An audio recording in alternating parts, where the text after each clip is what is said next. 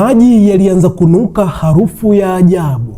Mwanzoni harufu ilikuwa nyepesi kama ya chuma kilichoshika kutu au vyombo vilivyolala kwa uchafu. Kila mpangaji kwenye nyumba ile alipata mashaka, maana walidhani labda ni uchafu wa tanki au maji ya DAWASA yameingia tope. Lakini baada ya siku 3 harufu ikabadilika na kuwa ya uvundo wa kutisha. Wapangaji waliposhindwa kuvumilia, waliamua kupanda na kufungua mfuniko wa tanki la maji ambalo walikuwa wakilitumia kunywa maji, kupikia na kuoga kila siku. Walipofungua tu, wote walishtuka, wakapiga nduru na kuanza kutapika hapo hapo. Ndani ya maji kulikuwa na mwili wa binadamu uliovimba na kuanza kuoza. Alikuwa ni mama mwenye nyumba wao, mama ambaye waliambiwa na mumewe kuwa amesafiri siku 7 nyuma. Sasa ni nini kimesababisha kifo cha mama huyo? Kifo cha kusikitisha na cha kikatili kilichofanya watu wasio na hatia wanywe maji ya maiti kwa siku 7 bila kujua chochote. Baada ya kuutoa mwili ule kwenye maji, polisi walifika na mhusika alitokea akasimulia sababu kubwa ya kufanya tukio hilo la kutisha. Je, ni nani na ni kwa nini amefanya hivyo? Kaa na mimi, naitwa Dingo OG. Hiki ni kisa cha Mzee Kosa, mwanaume wa makamo aliyesifika mtaani kwa kuwa na roho nzuri, mpole na mcha Mungu. Mzee Kosa alikuwa ameishi na mkewe Bi Salome kwa takribani miaka 35. Ndoa yao ilikuwa ni mfano wa kuigwa mtaani pale. Walipendana sana, waliheshimiana sana na walivumiliana katika kila nyakati walizokuwa pamoja. Wawili hawa walijaaliwa kupata mtoto mmoja tu, mtoto wa kiume aliyeitwa Amani. Amani alikuwa ni taa ya nyumba yao, kijana mtanashati na msomi ambaye alikuwa tegemeo lao la pekee kwa uzee wao. Lakini miaka 7 iliyopita, giza nene lilifunika familia hii. Amani alifariki dunia katika mazingira ya kutatanisha sana. Alilala akiwa mzima wa afya. Asubuhi akakutwa amekufa kitandani mwake. Mwili wake ulikuwa umekauka damu yote, kana kwamba kulikuwa na shimo lililofyonza uhai wake usiku kucha. Mzee Kosa alichanganyikiwa mno, alilia mpaka akapoteza fahamu mara kadhaa. Bi Salome naye alilia sana, akajigalagaza chini na kuomboleza kifo cha mwanaye wa pekee. Ajabu ni kwamba miezi michache tu baada ya msiba wa Amani, maisha ya Mzee Kosa na Bi Salome yalibadilika mno, yalibadilika ghafla sana. Biashara yao ya duka ilianza kuingiza mamilioni ya pesa, njia zilizokuwa hazieleweki kabisa, yaani duka dogo kuingiza pesa nyingi. Basi walinunua viwanja, wakajenga ghorofa na kujenga nyumba kubwa ya kupangisha, apartment ambayo ilikuwa na wapangaji zaidi ya 20. Wapangaji waliipenda sana nyumba ile kwa sababu Bi Salome alikuwa ni mama mkarimu na asiye na makuu, na aliwapenda sana watoto wa wapangaji, utadhani ni watoto wake. Mzee Kosa ingawa alikuwa anafaidi utajiri ule, moyoni mwake hakuwa na amani. Alikuwa na maswali mengi ambayo hakuwahi kujibiwa kuhusu kifo cha mwanaye na utajiri ule wa ghafla uliotokana na biashara zinazosimamiwa na mke wake. Lakini kwa kuwa alimpenda mkewe sana, alifunika kombe mwanaharamu apite. Basi siku moja majira ya saa 8 usiku, Mzee Kosa aliamka kwenda kujisaidia. Aliporudi kitandani, aligundua kuwa Bi Salome hayupo. Hii haikuwa mara ya kwanza. Mara nyingi mkewe alikuwa akimwambia kuwa anaamka usiku kufanya maombi ya kumwombea marehemu mtoto wao. Lakini usiku huo udadisi ulimsukuma mzee Kosa. Alitoka chumbani kimya kimya na kufuata mwanga hafifu uliokuwa ukitokea kwenye chumba ambacho kilikuwa pembeni kidogo ya choo, pembeni ya choo cha chumba chao, chumba ambacho kilifanywa store. Chumba hiki Bi Salome aliweka sheria kali kuwa hakuna mtu anayeruhusiwa kuingia, hata msichana wa kazi. Mzee Kosa taratibu na kuchungulia kupitia tundu la ufunguo. Kile alichokiona kilimsimamisha mapigo yake ya moyo na kukausha mate yake yote mdomoni. Ndani ya kile chumba kulikuwa na mishumaa miekundu inawaka. Bi Salome alikuwa amevua nguo zote kabisa, akiwa amejifunga kitambaa cheusi kiunoni. Mbele yake kulikuwa na chungu kikubwa kinafuka moshi, na uvumba wa juu ya chungu hicho palikuwa na picha ya marehemu mtoto wao yule aliyefariki miaka 7 iliyopita, Amani, ikiwa imetobolewa macho na kupakwa damu mbichi yote. Bi Salome alikuwa anaongea kwa sauti akisema, nimekupa mwanangu wa pekee, nimemtoa kafara ili unipe utajiri huu. Kila mwaka nakupa damu za kuku weusi ili uendelee kulinda utajiri wangu. Usinidai tena, Amani anakutosha. Nilimnyonga kiroho akiwa amelala ili nipate haya majumba. Nini kingine unataka? Utajiri huo ili uongezeke. Maneno yale yalikuwa yakisikika hadi kwa mzee Kosa aliyekuwa mlangoni. Machozi ya uchungu yalimlenga, miguu yake iliishiwa nguvu. Mwanamke aliyelala naye kitanda kimoja kwa miaka 35, mwanamke aliyelia naye kwenye kaburi la mtoto wao, kumbe ndiye aliyemtoa kafara mtoto wao wa kipekee ili apate utajiri wa majumba na magari. Ule ukarimu wake wote kwa wapangaji ulikuwa ni usanii tu wa kujificha unyama wake. Hiyo ilimuuma sana. Mzee Kosa alirudi chumbani kwake akitambaa kwa mikono na magoti, mwili wake ukitetemeka kwa hasira, maumivu na kisasi. Usiku ule upendo wa miaka 35 uliyeyuka na kugeuka kuwa chuki kwa kiwango cha kuzimu. Asubuhi yake mzee Kosa aliamka kama kawaida. Alijifanya hakuna kitu kilichotokea. Alimwita mkewe, mpenzi. Alimtazama usoni, akatabasamu, lakini ndani ya nafsi yake alikuwa anamwangalia ibilisi anayetembea.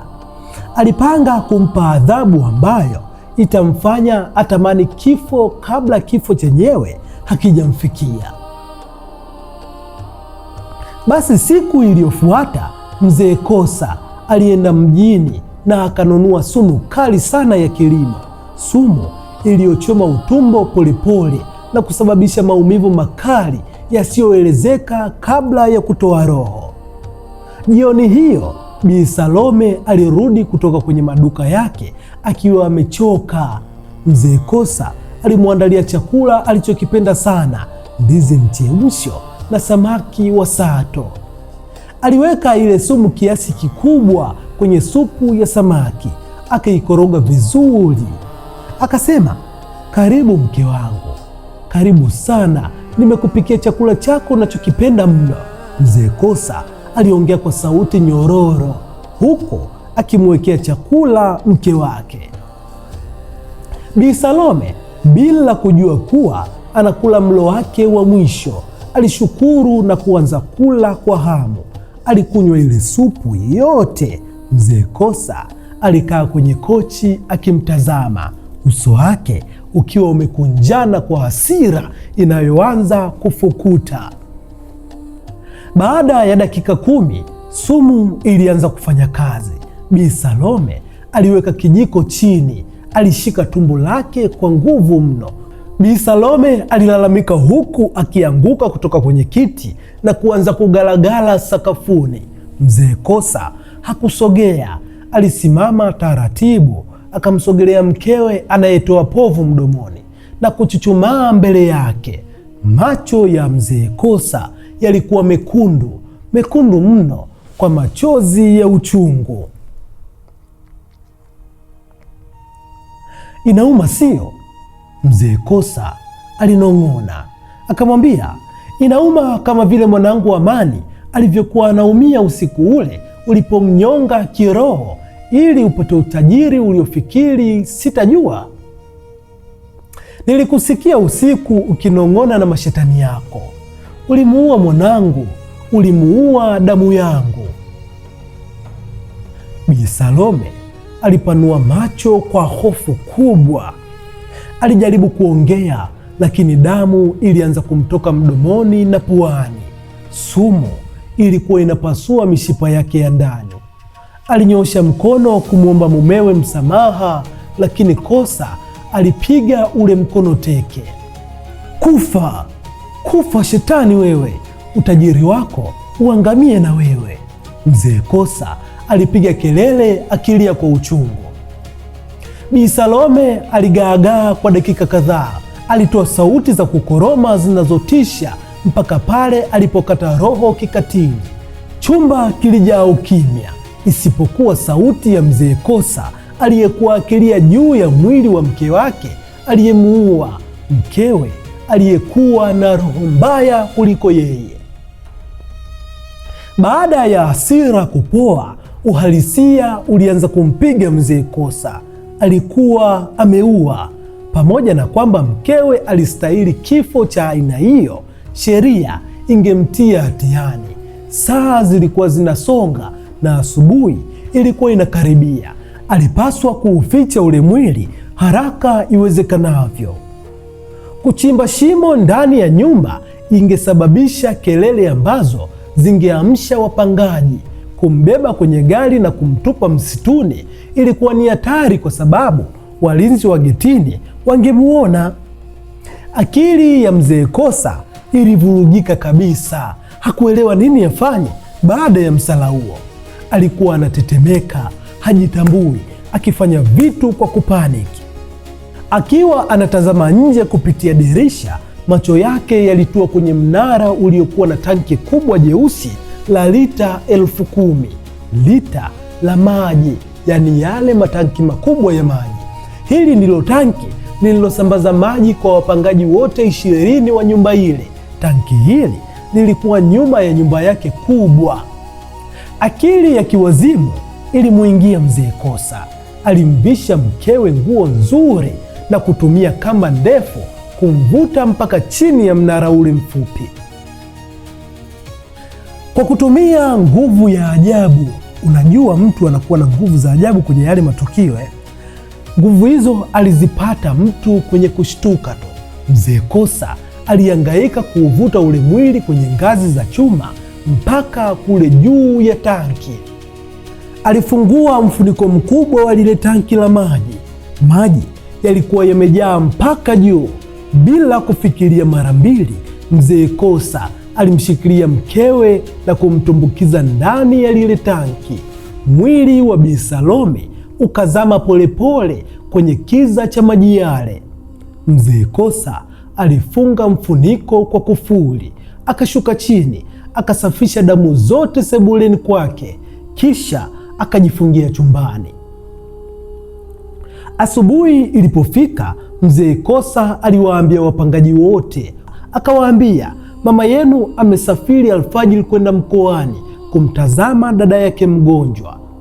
Atakaa huko kwa wiki 1 au 2. Wapangaji waliamini. Wapangaji walimuamini, wakamwombea safari njema mama yao, ambaye hawakujua kuwa yuko mita 15 angani akielea kwenye maji yao ya kunywa. Hapa ndipo hofu ya kweli ilipoanza kwa wale wapangaji wasio na hatia. Wapangaji 20 wakiwemo wajawazito, watoto wadogo na wazee. Siku ya kwanza na ya pili maji yalikuwa yakitoka kawaida. Waliteka maji hayo wakapika chai asubuhi, wakapika ugali mchana na kuoga usiku. Hakuna aliyeshtuka, lakini kule juu kwenye tanki mwili wa Bi Salome ulikuwa umeanza kuvimba na kutengeneza gesi kutokana na ile sumu kali aliyokunywa. Siku ya 3 harufu ilianza kujitokeza. Mpangaji mmoja aliyeitwa Mama Juma alikuwa akiosha vyombo. Alisikia harufu ya ajabu mno iliyokuwa inatoka kwenye maji. Akasema, haya maji leo mbona yananuka kama chuma kilichoshika kutu? Alilalamika mno. Wapangaji wengine nao walikubaliana naye. Wote walikuwa wanaipata harufu hiyo. Walipomfuata Mzee Kosa, aliwajibu kwa upole na kinafiki. Akasema, msijali, labda DAWASA wameweka dawa nyingi ya kusafisha maji. Chemsheni sana kabla ya kunywa maji hayo. Wapangaji walitii. Walichemsha supu ya maiti ya mama mwenye nyumba wao, wakaweka mchaichai, wakanywa na watoto wao. Inatisha eh? Basi siku ya 5 hali ilikuwa mbaya zaidi. Maji yalianza kubadilika rangi na kuwa ya kahawia. Yalimwagika kwenye ndoo, yalikuwa yanatoa mapovu madogo madogo ya njano. Wale waliooga walihisi uteute kwenye miili yao ambao haukutoka hata kwa sabuni. Harufu ya chuma ilibadilika na kuwa harufu ya nyama iliyooza. Watoto 4 kwenye nyumba ile walianza kuugua tumbo la kuhara na kutapika mfululizo. Watu walianza kununua maji ya chupa kwa ajili ya kunywa, lakini kwa kuwa maji ya kununua ni ghali, waliendelea kutumia maji ya bomba kwa ajili ya kupikia chakula, kusafisha kinywa na kuoshea vyombo. Walikuwa wanakula chembe chembe za ngozi za nyama zilizosagika za yule mwanamke aliyekuwa anaoza kule juu. Siku ya 7 mambo yalifika kileleni. Maji yalikataa kutoka kwenye mabomba. Hayakukata kwa sababu yameisha, yalikata kwa sababu nywele za Bi Salome na vipande vya nguo na nyama viliziba tundu za bomba lile zilizoshusha maji kwenda chini. Harufu ya uvundo ilitanda uwanja mzima. Mzee Kosa alikuwa amejifungia ndani, hataki kutoka. Wapangaji vijana 3 walishindwa kuvumilia. Wakasema, hili tanki lazima lina mzoga wa panya au nyoka mkubwa amefia huko, ngoja tupande tukasafishe. Kijana mmoja alisema, na wote wakatie. Basi walichukua nyundo na bisibisi, wakapanda zile ngazi za chuma huku wameziba pua zao kwa nguo. Kadri walivyozidi kupanda juu, ndivyo uvundo ulivyozidi kuwa mzito na kuleta kichefuchefu. Walipofika kwenye tanki, walivunja lile kufuli ambalo Mzee Kosa alilifunga. Kijana mmoja alishika mfuniko na kuusukuma. Mfuniko ulifunguka. Mlipuko wa hewa, harufu ya kifo iliwapige usoni. Kijana mmoja alitapika hapo hapo kabla hata hajaangalia ndani. Kwa kutumia tochi ya simu, walimulika ndani ya lile tanki lenye giza. Maji yalikuwa meusi, yenye ukungu mzito wa mafuta ya binadamu na damu zilizoganda. Lakini katikati ya dimbwi hilo, dimbwi la mauti, kitu kikubwa kilikuwa kinaelea kikielekezea mgongo juu. Kijana mmoja akiwa anatetemeka alichukua mti mrefu na kugeuza kile kitu. Sura iliyojitokeza kwenye mwanga wa tochi iliwapa ndoto za kutisha maisha yao yote.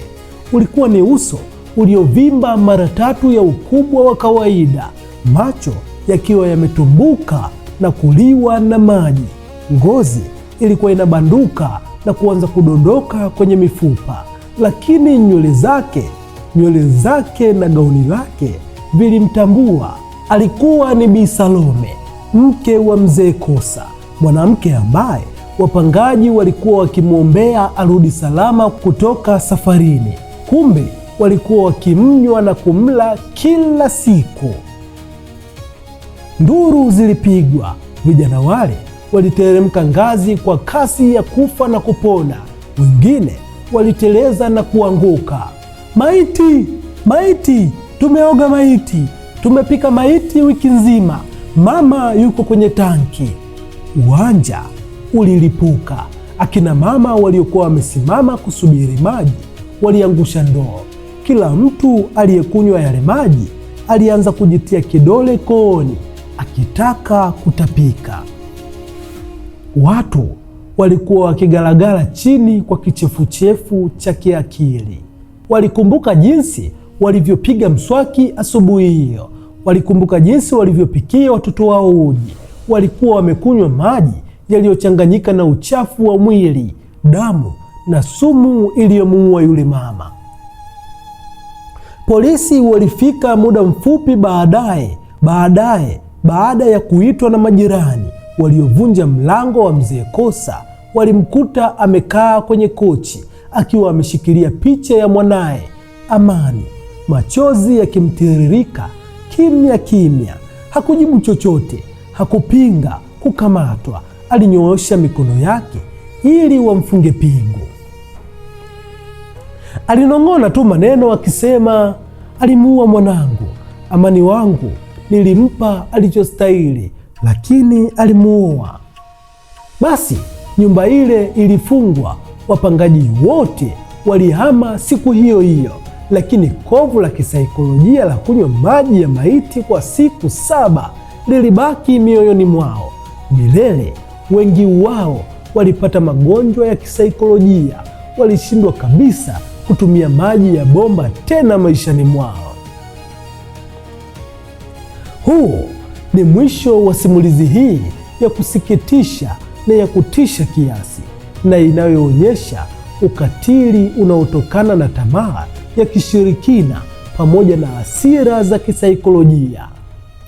Sasa ninakuachia maswali haya mawili muhimu na nataka uandike majibu yako hapo katika comment.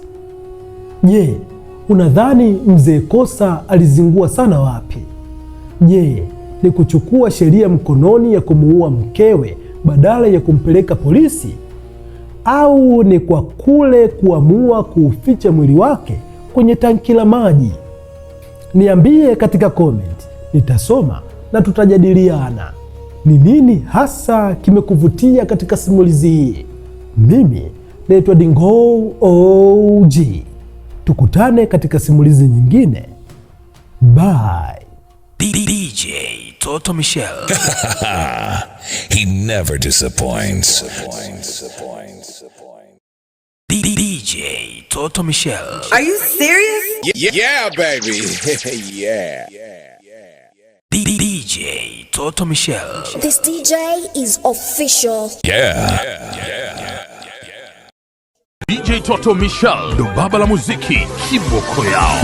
Kusimamia the one and only DJ, all the way from Ohio. Ladies and gents, make some noise for DJ Toto Michelle. Kwa wale watakaohitaji huduma DJ Toto Michelle, ofisi yake iko wazi masaa 24, au waweze wasiliana na DJ Toto Michelle kwa simu namba 6143705386 au kwa njia ya email djtotomichelle@gmail.com. DJ Toto Michelle, ndo baba la muziki, kiboko yao.